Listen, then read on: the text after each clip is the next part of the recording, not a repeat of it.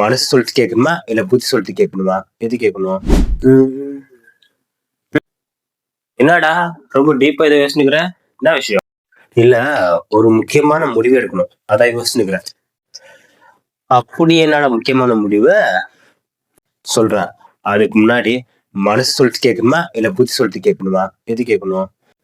பரா, மனசு எப்பவுமே இப்போதைய சந்தோஷத்தை பத்தி தான் சொல்லுமே, பட் புத்தி நாளைய நிம்மதி பத்தி சொல்லும். Size your hand only. எப்படி?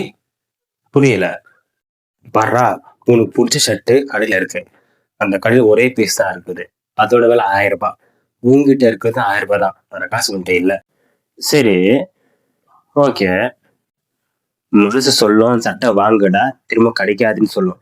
புத்தி சொல்லும் நாளைக்கு செலவுக்கு என்ன பண்ணுவ, இப்ப வாங்கிட்டான்னு கேட்கும். என்ன பண்ணுவ? கரெக்டா. மனசு சொல்லத்தோட புத்தி சொல்லதான் கேட்கணும்.